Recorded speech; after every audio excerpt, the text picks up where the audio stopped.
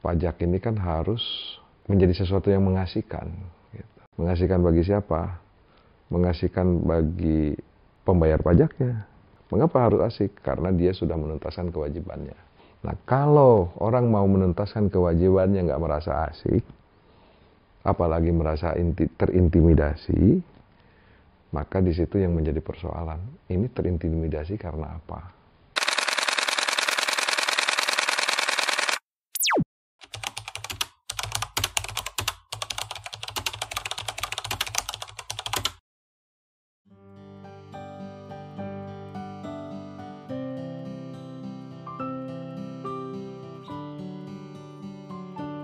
Yang menarik dari UD Pramono itu adalah ketika sebuah entitas usaha tiba-tiba misalnya ya, kalau benar dia menutup usahanya, nah ini yang menjadi hal menarik bagi Ombudsman. Karena satu, tidak mudah loh untuk mengembangkan usaha.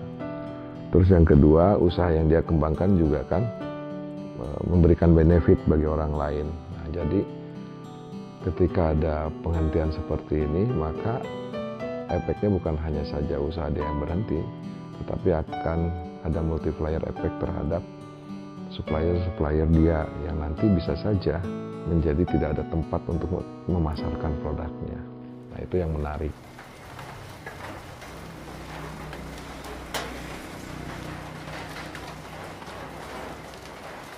Proses pemeriksaan di Ombudsman itu kita tidak bisa memprediksi hasil.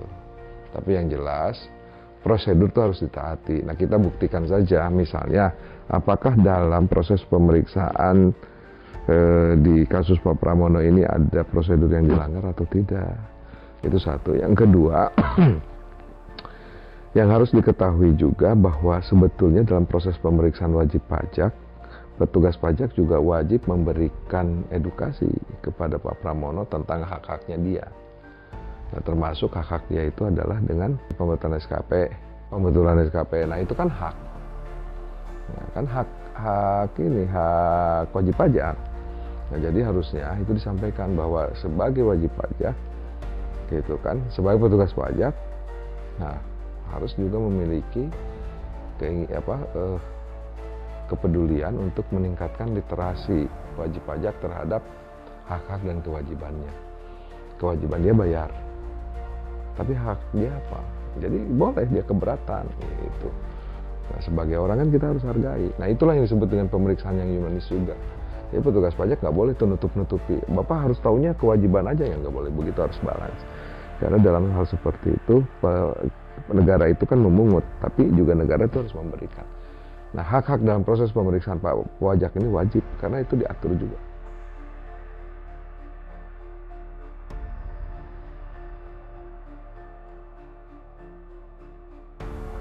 Petugas pajak sebagai aparatur penyelenggara negara dan pemerintahan yang memiliki tugas dalam memungut pajak, dalam bekerjanya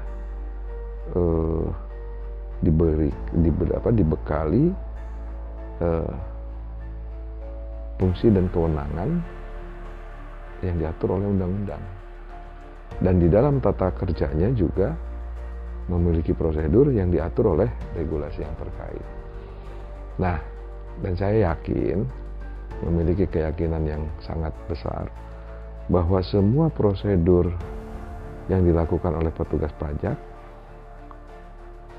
tidak digunakan untuk menyiksa, dalam tanda kutip, orang gitu, tidak menyiksa wajib pajak. Itu digunakan justru untuk membuat agar prosedurnya lebih transparan, gitu kan. Terus wajib pajak dapat kepastian kapan dia diperiksa. Kan nggak mungkin misalnya dia diperiksa atas kejadian 4 tahun 5 tahun yang lalu, aneh kan? Misalnya saya juga kalau diperiksa atas kejadian 5 tahun yang lalu, wah lupa tuh pastinya.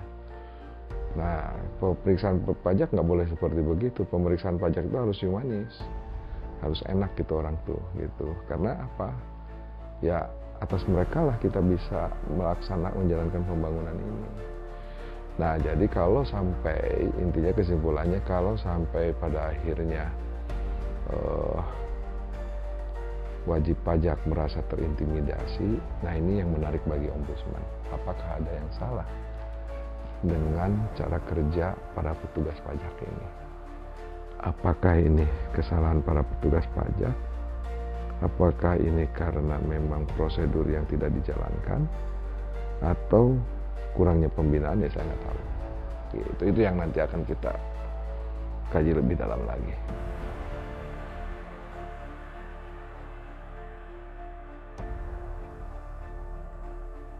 Yang jelas ini, ombudsman itu kan ada dua mekanisme. Tapi yang jelas harus berdasarkan willing daripada pelapornya itu sendiri. Dia melapor ke ombudsman boleh. Nah, kalau dia nggak mau melapor ombudsman masuk melalui investigasi. Tetapi kan buat apa juga kalau yang bersangkutan tidak mau. Nah, tetapi kan begini, bagi ombudsman tidak ada masalah. Tahu ombudsman juga sekarang kan sedang menangani banyak kasus pajak. Nah, ini adalah contoh. Kalau besok misalnya UD Pramono nggak mau, nah ini merupakan salah satu contoh bahwa tidak semuanya persoalan pajak itu bisa diselesaikan. Nah, harapan saya sebetulnya organisasi-organisasi itulah fungsinya organisasi. Jadi kalau ada organisasi-organisasi yang bisa mengadvokasi, sebetulnya itu merupakan bagian penting. Kenapa? Karena bisa jadi orang itu nggak mau melapor itu karena capek, jenuh, atau dia sudah beranggapan buat apa saya melapor, toh keadilan juga akan menjauh. Nah ini kan, nah itulah fungsinya ada organisasi, itulah fungsinya ada ombudsman untuk memverifikasi apakah keadilan itu bisa lebih mendekati dan dinikmati oleh masyarakat.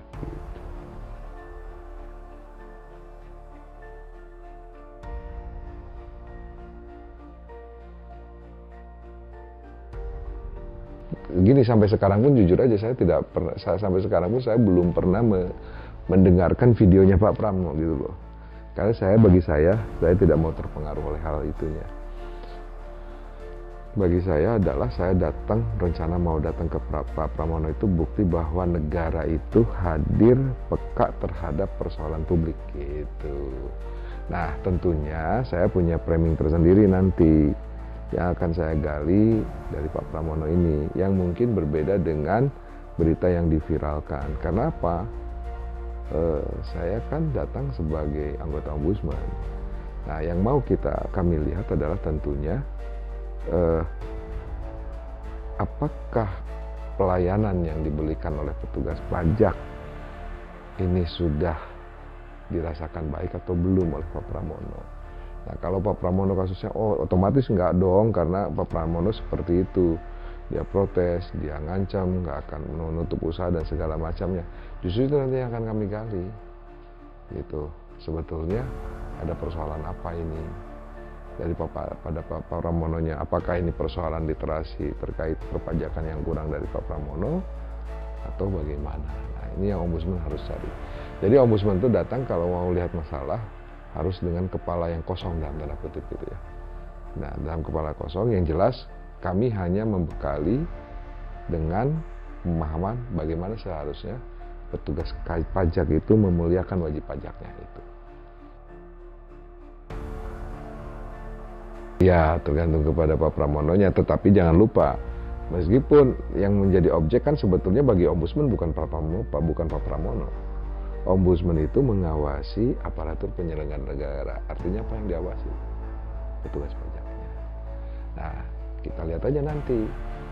Nah, dari situ, maka ini akan menjadi case pelengkap terhadap kasus-kasus yang sedang kami tangani.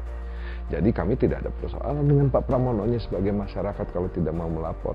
Yang kami persoalkan nanti adalah petugas pajaknya, karena itu yang diawasi.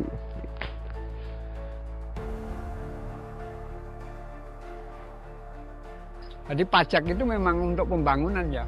Jadi kalau pajaknya besar ya pembangunannya tetap luar biasa. Jadi ya saya juga bangga kalau diambil pajaknya besar. Jadi ya juga bangga, tapi adil. Berapapun tidak masalah, asalkan adil. Saya kan orang tidak tahu ya Pak, yang cocok mana. Namanya orang tahu mau debat mau mengajukan apa ya tidak masuk akal aja. Kalau saya pendidikannya saya imbang dengan kantor pajak, saya bisa debat toh. Wong saya pendidikannya saya rendah ya mau ngapa?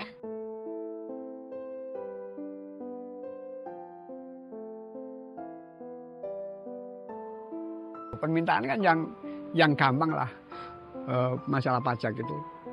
Beban saya berapa, tanggung jawab berapa gitu. Nggak pakai ancaman, nggak pakai apa tuh. Nanti kalau nggak bisa bayar diblokir, nanti disita, itu kan ancaman toh, Pak.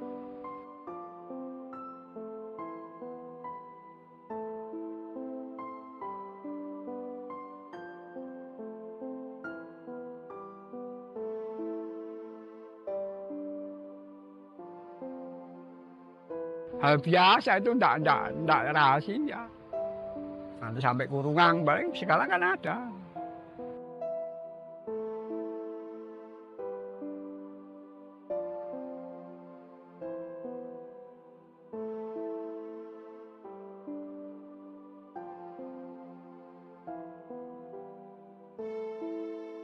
Mau melawan gimana? Wong orang lemah jalan saja masih pakai apa tuh? Pakai tongkat lah istilahnya. Kok disuruh melawan gimana? Ya enggak masuk akal dah. Kalau ngelawan itu mesti kan harusnya imbang tuh. Imbang dalam kemampuan pengertian itu. Makanya orang yang seperti saya itu harus dikasih jalurnya orang yang tidak punya pendidikan, punya kemampuan harus diberikan jalan khusus. Orang-orang yang imbang kan bisa ngikuti kantor pajak toh. Alasan dia tidak cocok ada alasannya. Kalau saya alasan gimana apa? Oh tidak punya kemampuan. Nanti aturan dibolak-balik, tidak tahu pasalnya, tidak tahu aturan gimana? Ya tidak bisa. Sekarang dari satu orang ke satu orang lagi aturannya beda-beda kok, tidak sama. Bagaimana? Katanya gini, oh enggak, itu aturan seperti ini kan gitu.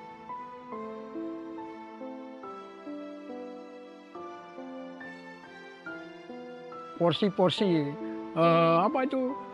kemampuan masyarakat harus dimanfaatkan semaksimal sesuai dengan kemampuan kan gitu. Jadi masyarakat kemampuan seperti saya kan dagang, punya kemampuan. Administrasi saya nol. Nah inilah yang harus dilindungi. Ketidakmampuan ini harus dilindungi.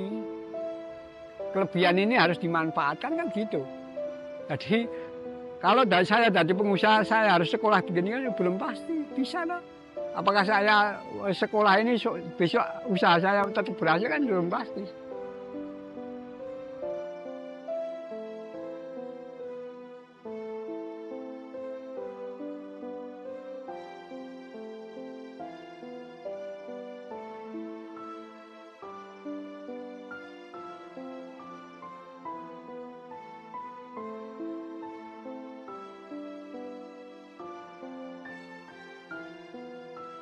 Masyarakat mau dikembangkan atau mau surutkan kan pemerintah.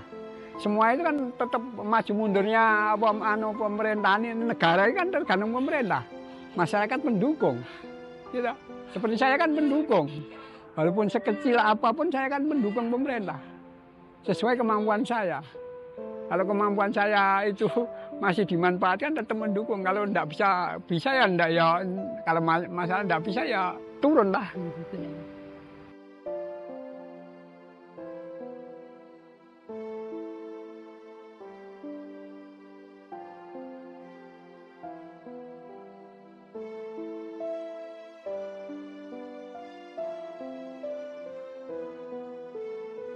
Semua masih normal. Yang tidak normal cuma SP. SP kan sekarang tidak ada pinjaman simpan pinjam itu. Cuma pakannya kemarin polarnya itu kan sudah tidak dikasih, sekarang dikasih lagi. Cuma tinggal SP yang belum dikasihkan ke peternak. Ya, karena mau berhenti dah. Maka dana yang mau saya tarik kan. Pertama saya tarik, kedua untuk membayarkan ke peternak juga dah. Ya banyak yang bingung dah, itu memang untuk mencukupi kebutuhan sewaktu-waktu. Ya banyak yang mengeluh, wong ndak ada prasarannya kebutuhan kan. Itu kan prasarana untuk sewaktu-waktu ada kebutuhan.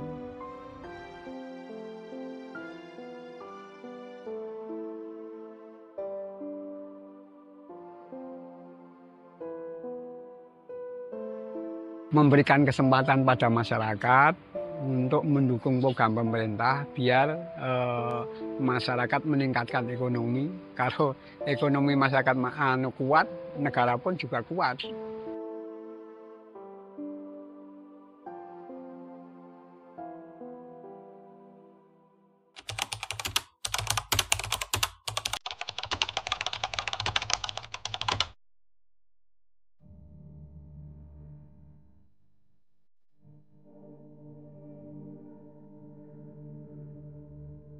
Surat tadi sudah diterima dari Ombudsman, mau dipelajari dulu.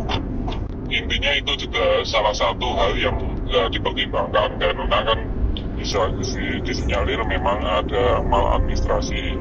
Ketika nanti sudah diteliti, ada dua hal yang dijalankan. Satu memang kaitannya dengan itu tadi. Kemudian dari atas, dari Ombudsman juga melihat kaitannya dengan kewenangan dari Ombudsman sendiri. Komentarnya dari DJP tadi gimana, Mas? Tidak adil. Sama sekali, Mas? Tidak, sama sekali tidak adil. Walah, iya Mas. Lah alasannya DJP nggak hadir itu kan apa, Mas? Wah, saya kurang tahu ya, kurang tahu. Apa karena ada media juga nggak tahu. Soalnya Pak asistennya Pak Ketua tadi menanyakan siapa aja yang hadir gitu kan. Saya rinci perwakilan dari peternak, kemudian dinas terkait dan teman-teman UKM. Masa ada nggak wartawan di situ? Ya tentunya ada, itu biasanya yang merawuhkan itu malah dari dinas. Maka mungkin dari situ akhirnya DJP nggak mau hadir.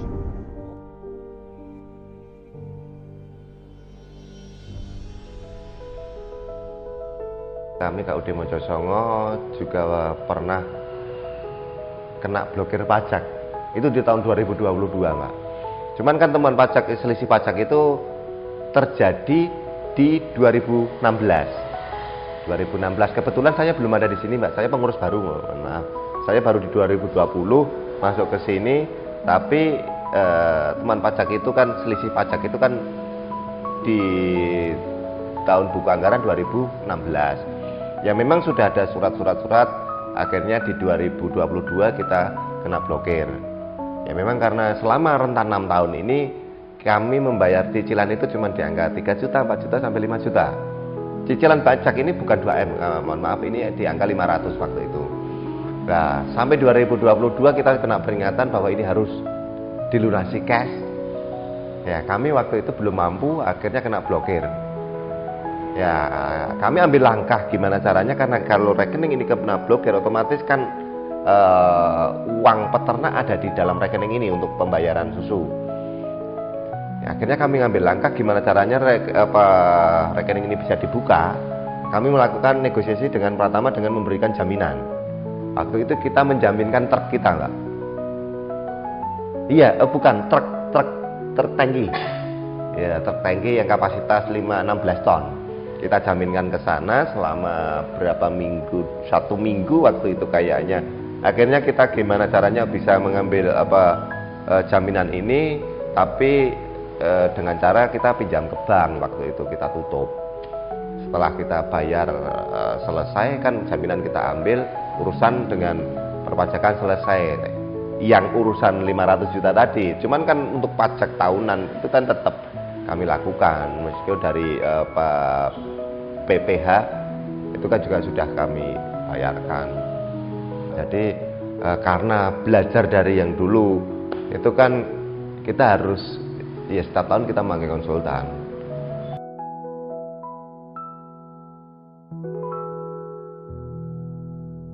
Ya, dengan kesadaran sendiri itu mengakui itu, dan nggak eloknya bahwa kita mengakui kita salahnya kan belum terbukti pidana, baru lalai, tapi ancaman bisa jadi pidana gitu. Cara-cara seperti itu kan seperti diintimidasi ya, jadi kan membingungkan. Saya tahu ini ada kesalahan kita lalai kan artinya masih bisa dikasih kesempatan dong kalau kita memang dia bayar. Iya. Dan kesempatan yang dua, artinya dikasih waktu, malah kalau boleh jangan dikenakan denda lah kan gitu. Nah ini kelihatannya trik banget. Lalu saya bilang, Saya pun sebetulnya gimana ya, kan saya lihat dinamika pajak ini, peraturan perundang-undangan ini luar biasa.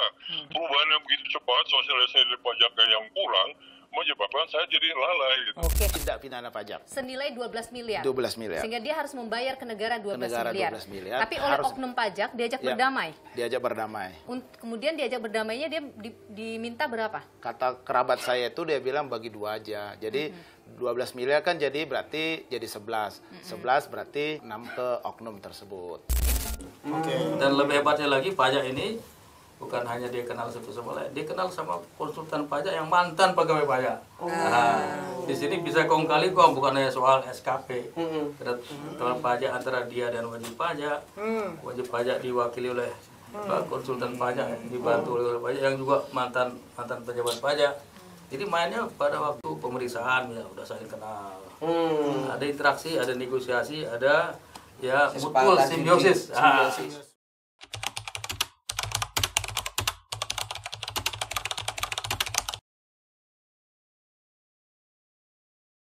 Selamat sore rekan-rekan, khususnya rekan-rekan yang tergabung di Ikatan Wajib Pajak Indonesia atau IWPI. Sebagaimana kita telah ketahui bersama berkaitan dengan kasus yang viral di Boyolali yaitu UD Pramono, maka telah banyak pertanyaan yang disampaikan kepada kami sehubungan dengan kasus tersebut. Salah satunya yang ditanyakan kepada kami adalah berkaitan dengan adanya dugaan ancaman yang disampaikan oleh Fiskus kepada saudara Pramono berkaitan dengan ancaman pidana bahwa yang bersangkutan akan dilakukan pemeriksaan bukti permulaan atau diajukan pemeriksaan yang berkaitan dengan hukuman pidana. Berdasarkan informasi tersebut, maka perlu kami sampaikan kepada rekan-rekan wajib pajak bahwa Fiskus demi hukum dilarang untuk melakukan pengancaman kepada wajib pajak dengan mengatasnamakan ancaman hukuman pidana dalam bentuk apapun. Termasuk di dalamnya adalah ancaman untuk melaksanakan bukti permulaan yang pada akhirnya berujung kepada penetapan tersangka, penahanan, bahkan persidangan dan pada akhirnya pelaksanaan putusan. Karena jika Fiskus melakukan hal tersebut, maka Fiskus diduga telah melakukan tindak pidana perbuatan tidak menyenangkan sebagaimana diatur dalam pasal 335 Kitab Undang-Undang Hukum Pidana. Oleh karena itu, apabila ada pihak yang tanda petik mengancam dengan ancaman pidana atau ancaman akan dilaksanakan pemeriksaan bukti permulaan, maka sebenarnya Fiskus tersebut diduga telah melakukan tindak pidana. Kalaupun Fiskus berpendapat bahwa pemeriksaan bukti permulaan tersebut harus dilakukan demi menegakkan hukum dan demi mencari target penerimaan pajak, maka Fiskus berwenang untuk melakukan itu dengan syarat Fiskus mempunyai IDLP terlebih dahulu. Apa itu IDLP?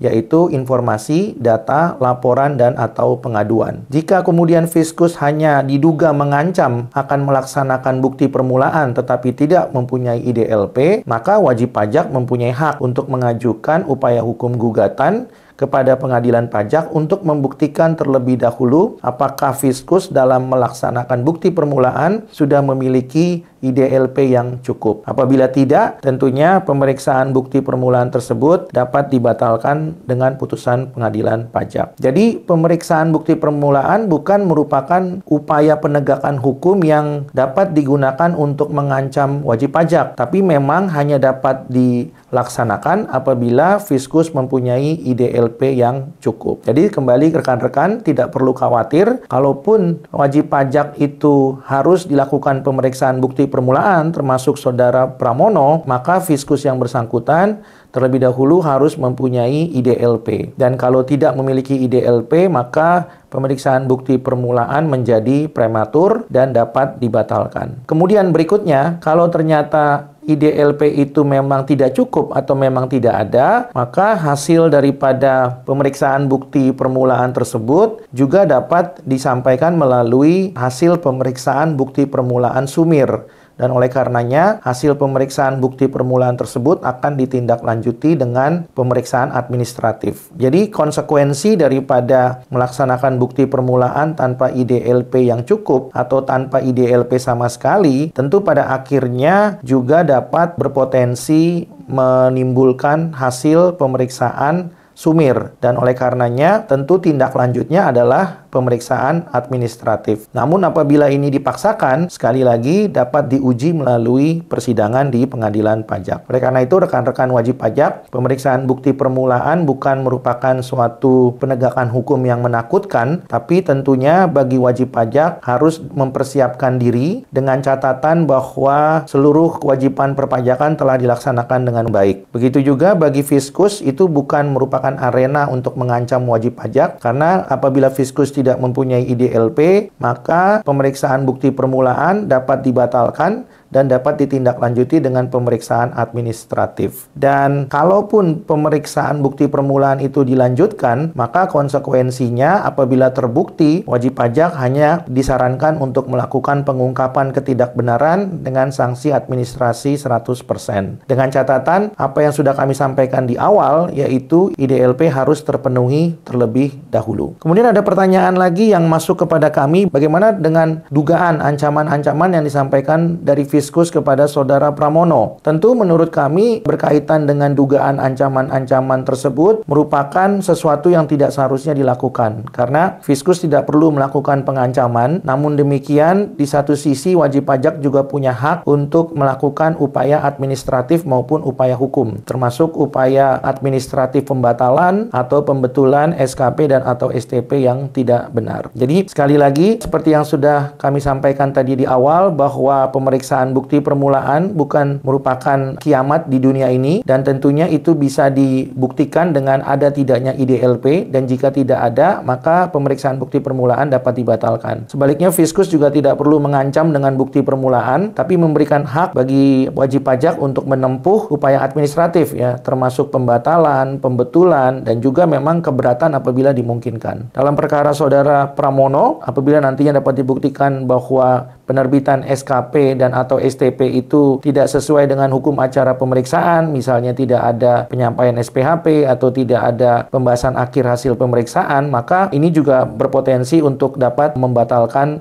SKP dan atau STP yang bersangkutan. Kemudian yang terakhir yang ditanyakan kepada kami adalah apakah peradilan pajak itu sama dengan peradilan umum, ya, dan bagaimana mengetahui track record praktisi perpajakan yang biasa beracara di luar dan di dalam pengadilan agar dapat memberikan layanan kepada wajib pajak. Perlu kami sampaikan kepada rekan-rekan wajib pajak bahwa peradilan pajak berbeda dengan peradilan umum, karena peradilan pajak adalah peradilan khusus di bawah peradilan TUN atau Tata Usaha Negara. Dan perlu kami sampaikan juga bahwa tidak semua kuasa hukum di pengadilan pajak itu adalah pengacara pajak. Namun pengacara pajak itu pasti kuasa hukum di pengadilan pajak. Oleh karena itu, rekan-rekan perlu menanyakan apakah yang bersangkutan atau praktisi tersebut adalah pengacara pajak. Karena pengacara pajak itu bukan hanya bisa beracara di pengadilan pajak, tapi juga bisa beracara di Mahkamah Agung dalam konteks mengajukan permohonan peninjauan kembali atau mengajukan memori PK, atau sebaliknya mengajukan kontra memori PK. Dan pada saat yang bersamaan, pengacara pajak juga dapat menjadi penasehat hukum di peradilan umum, khususnya di pengadilan negeri dalam konteks penanganan perkara pidana pajak. Jadi oleh karena itu kami sarankan kepada Saudara Pramono dan rekan-rekan wajib pajak yang lain untuk mencari pengacara pajak, ya, bukan kuasa hukum di pengadilan pajak. Dan tentunya kami sarankan bagi mereka yang mempunyai jam terbang yang bisa dilihat dari track recordnya, bukan hanya dari perkaranya di luar pengadilan pajak, tapi juga perkara-perkara yang ditangani di dalam pengadilan pajak. Dan itu bisa dilihat dari berbagai macam kasus yang pernah ditangani dan yang mungkin pernah rekan-rekan lihat di YouTube misalnya, atau di media sosial lainnya,